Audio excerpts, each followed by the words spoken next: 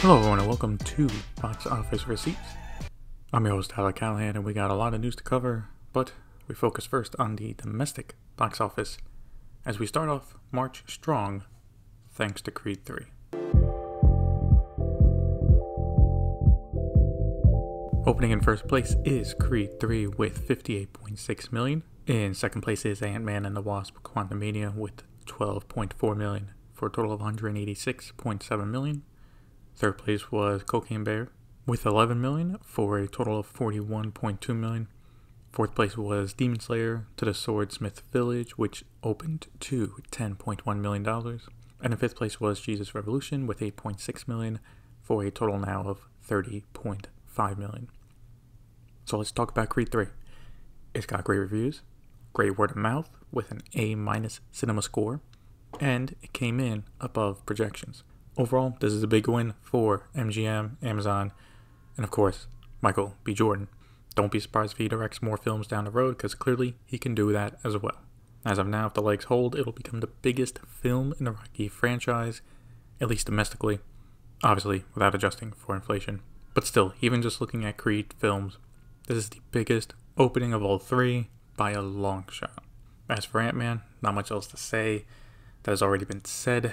It will hit 200 million, no question, but I think if the other March films are bangers like Creed, I don't think it hits 230 million, let alone 250 million. Both Jesus Revolution and Cocaine Bear had decent drops and are holding on well.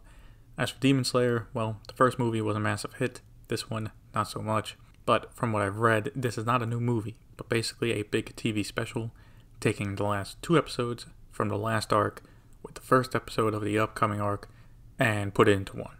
So really, instead of a brand new story with the characters, this was just a way to get a sneak peek of the upcoming arc. Still, 10 million isn't bad though. Though like most anime films, this will likely have a sharp drop off. And oh yeah, I didn't forget, but Guy Ritchie's latest film, Operation Fortune, did open domestically, except it crashed and burned, coming in at 7th place with $3.1 million.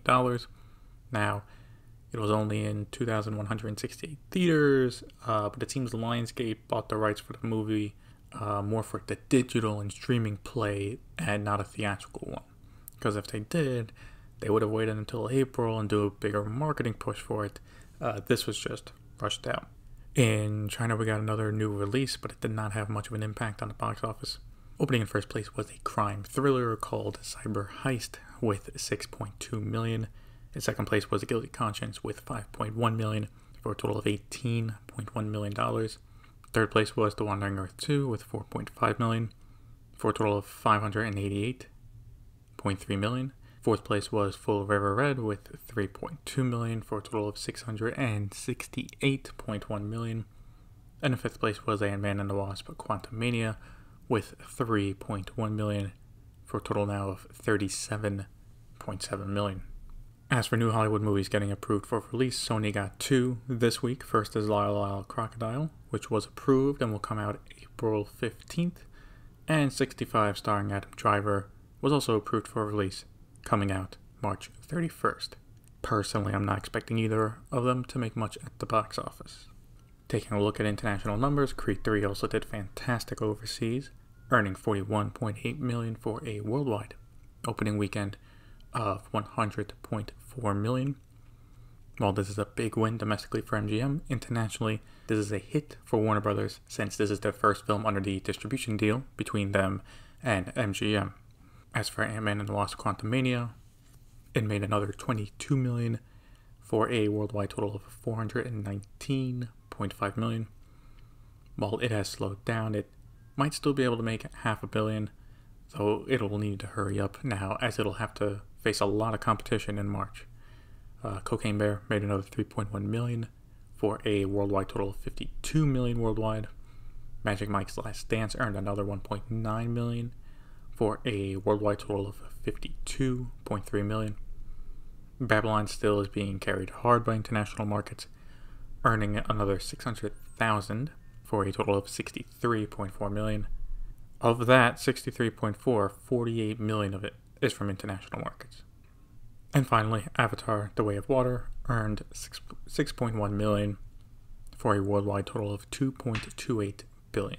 Let's start off the news in Hollywood with release dates. Sony has announced that Dumb Money will be released on October 20th.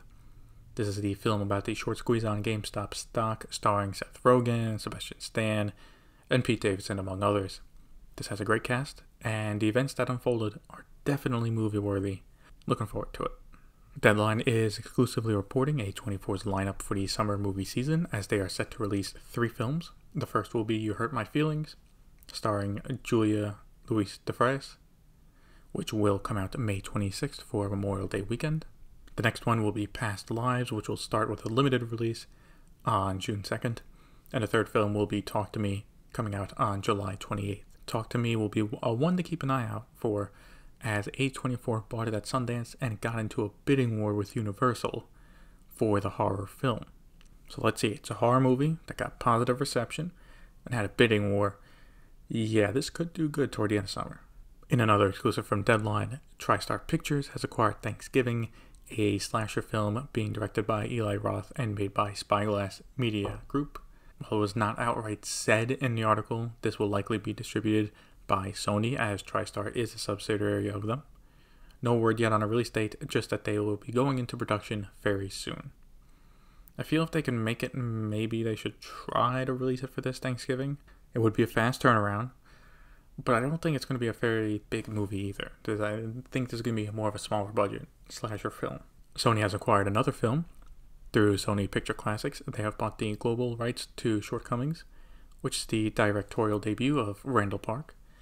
It, like a few films we have already talked about in this episode, had their premiere at Sundance, and it looks like the current plan for it is to get a theatrical release, but no word on a release date yet. I got a small update on Star Wars, and that is Taika Waititi might star in the film he is currently writing. That's about it, as he is still working on a script for it. And as for Lucasfilm and Disney, well, it looks like they are dead set on having a new Star Wars film for December 2025. They just aren't sure which one to move ahead with. I hope the script for his Star Wars film will at least be better than the one for Love and Thunder. In a casting update, Hannah Winningham has signed on to Mission Impossible Dead Reckoning Part 2. Director Christopher McQuarrie confirmed the news. This marks the second upcoming action film she will be starring in, the other being The Fall Guy. And in another casting update, this one being an exclusive from Deadline, John Boyega has signed on to star in The Freshening. This is a sci-fi romance film being directed by Cathy Yan and produced by Ali Wong and Adam McKay. Right now it's being produced by Film Nation Entertainment, and they will also handle distribution sales, so it's not clear yet if this will go into theaters or head straight to streaming. In an exclusive from Variety, they are reporting that John Wick Chapter 4 will be screened at South by Southwest in Austin, Texas, as the secret showing, though it is not that secret if it's being reported on. Anyway, I think it's a good idea as a last-stretch marketing push to get people more excited about the film. Can't wait to watch it when it comes out at the end of the month. For trailers, we only got one, and that is for No Hard Feelings. This is an R-rated comedy from Sony, starring Jennifer Lawrence and directed by Gene Stupinski, who directed Good Boys back in 2019. I thought the trailer was alright and had a few good jokes in there. Comes out June 23rd.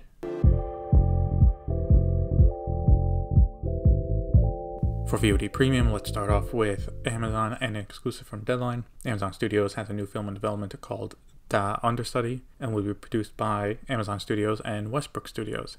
Yes, that is Will Smith's studio. The film is about an understudy who is willing to kill for a role in a Broadway production. Jonathan Majors has signed on to star in the film, as well as produce via his production company, Tall Street Productions. As for directing, Spike Lee is considering it, but no done deal just yet. Just based on the plot and the fact that Majors is starring in it, yeah, I'll probably give it a watch. In another exclusive from Deadline, it looks like the Rocky Creed franchise might turn into a universe. They are reporting that talks have been going on for a while between all parties, with those only increasing now that the opening weekend numbers came in for Creed 3. As for what might be in store for the Creed franchise, well, the current ideas being kicked around are both a live-action TV series as well as an anime series. The focus would be not just on Adonis Creed either, with other projects, including one focused on his daughter Amara, and MGM still has the Drago film in development as well. So yeah, the strong opening weekend has all but confirmed we will be getting more of Creed, and for Amazon and MGM, this franchise will only get bigger. If you remember a few weeks ago, Amazon was looking to bolster their superhero content by working with Sony on a new live-action Spider-Man noir show, well, they are now getting some DC content as well. They have picked up Batman Caped Crusaders, the upcoming animated Batman show that was first meant for HBO Max before it was cancelled last year as part of the cuts from Warner Brothers Discovery. While it was cancelled, the producers were able to shop it around, and Amazon grabbed it, ordering 2 seasons for the show. Amazon has also reached an agreement with the British Board of Film Classification, or the BBFC.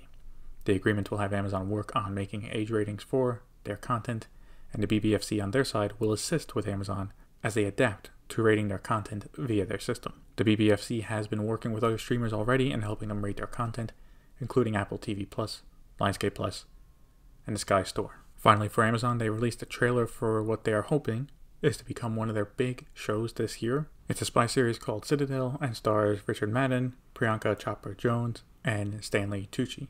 Amazon also has a good amount of money riding on this, as for 6 episodes, Variety is reporting they spent $185 million to produce it. But to be fair, that does include reshoots as showrunners change mid-production. That's always not a good sign for a show if that has to happen. But besides the new show, Amazon is already working on spin-offs, so like the Terminal List, they want to turn this into a franchise. I watched the trailer. It actually does look pretty good, and we'll probably give it a watch when it comes out. For Disney+, John Bernthal has confirmed that he'll be coming back as the Punisher for Daredevil Born Again. The show is currently filming and will be for most of the year, as they are doing a massive 18-episode season. An exclusive from Variety, Daniel Bruhl is set to star as fashion designer Karl Lagerfeld in a show called Crazy Karl for Disney+. It'll focus on Lagerfeld's rise in fashion during the 70s. I'm not big into fashion, but I do like Daniel Bruhl as an actor, so I'll probably give it a watch. Not directly for Disney+, but Avatar: The Way of Water will soon be available to buy on VOD. It will be available starting March 28th on all major VOD platforms. No word yet on a physical release or when it will show up on Disney+, or maybe even HBO Max, since technically it is a 20th Century Studios film. It might end up there first, or how they handled some Fox releases last year, where it ended up on both platforms for a bit. For Apple TV Plus, they have renewed Shrinking for a 2nd season. This is the show starring Jason Segel and Harrison Ford. I haven't watched this yet, but I've heard good things about it. There's a new film in development for Apple TV Plus called Echo Valley. It'll be a thriller produced by Apple and star Sydney Sweeney and Julianne Moore, with a script from Brad Ingsby. No word yet on when production will start. Apple has also released a trailer for their upcoming film Ghosted, starring Ana de Armas and Chris Evans in a romantic action-adventure film. And yeah, it doesn't look that good. Maybe it's just how the trailer was put together. But I did not find what I saw interesting enough to sit down and watch the movie when it comes out. And when does it come out? It goes straight to Apple TV Plus on April 21st. It looks like Netflix has a future in live streaming, as Chris Rock's live comedy special debuted in 7th place on Netflix's top 10 chart for America. What makes that impressive is based on when Netflix updates the chart, only the live performance and the day after counted for views. Now we wait and see if it will be just more than just stand-up, or will Netflix look to add other live streaming events. It was reported recently that before Paramount made their move to integrate Showtime into Paramount Plus for their premium content, they received an offer to sell it for $3 billion. The buyer was David Nunes, who previously ran Showtime. Well, Paramount CEO Bob Bakish did comment on why they did not accept the offer while at a Morgan Stanley conference. Quote, "We got an unsolicited offer for Showtime. We looked at it, and the reality is it wasn't that interesting to us, because if you compare that price, that it's been rumored in the press, I'm not going to say it, if you compare that to our internal business plan, the reality is our internal plan is far more value creating when you take the base earnings and synergies, and by the way, how it affects the streaming path to profitability. It just didn't make sense for it to be at anywhere near that price." End quote. So clearly they view Showtime enough to not get $3 billion for it, but instead use that brand to increase the value of Paramount Plus. On one hand, I agree with them, but if I look at it from an international perspective, outside of the US, who really cares about Showtime? You could easily make the case for selling Showtime, get to $3 billion, and then use that to pay off a little bit of debt, and use some of it to produce new shows for Paramount Plus. But again, this is their choice. They're sticking with it. Okay. And speaking about keeping Showtime to grow Paramount Plus, Mr. Baker also mentioned that they are working on projects for Ray Donovan as well. So yeah, they are milking their Showtime IP dry. And we finish up with HBO Max, where on the HBO side, we got confirmation that Barry will end with Season 4. Variety had the exclusive on this with an interview with Bill Hader, where they discussed this. As for Season 4, a teaser trailer was released, and a release date, with it starting April 16th. It sucks this is ending, as with Succession has been on one of the best HBO shows over the past few years, and it really does suck they're both ending back to back. But look, if they feel this is the way to end it, and they know where the story ends, I trust them. I can't wait for the 4th season. In another exclusive from Variety, Warner Bros. Discovery has signed a deal with OSN for licensing their content to the streaming service OSN Plus. OSN Plus is a Middle Eastern streaming service that launched last March and now features content from Warner Bros., Paramount, as well as local content. As part of the deal, the service will get HBO content, including day and date release for current shows, as well as some Warner Bros. Movies, including The Batman and The Suicide Squad. Besides licensing just to streaming, the deal also extends to TV channels, with OSN working on making a HBO Classics channel, which will feature older HBO shows like The Sopranos, Sex and the City, and The Wire.